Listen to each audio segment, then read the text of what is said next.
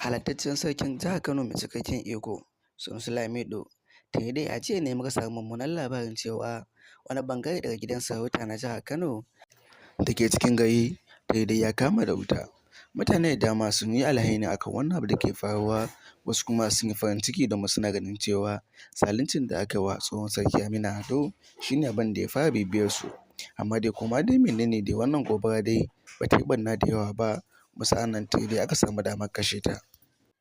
Duk da cewa har yanzu dai dambarwar ba ta ƙare ba, sa'an nan dai gwamna bai kawo ƙarshen wannan lamari ba, har yanzu ba a tsaye da sarki ba wanda za mu kalla mu ce wannan shi ne sarkinmu bisa doka.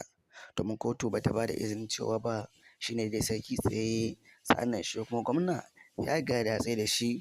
Gwamna shi ne mai cikakken ikon da ya tsaye da duk mutumin da yake buƙata a cikin jiharsa, ko da kuwa ace kotu ba ta amince ba.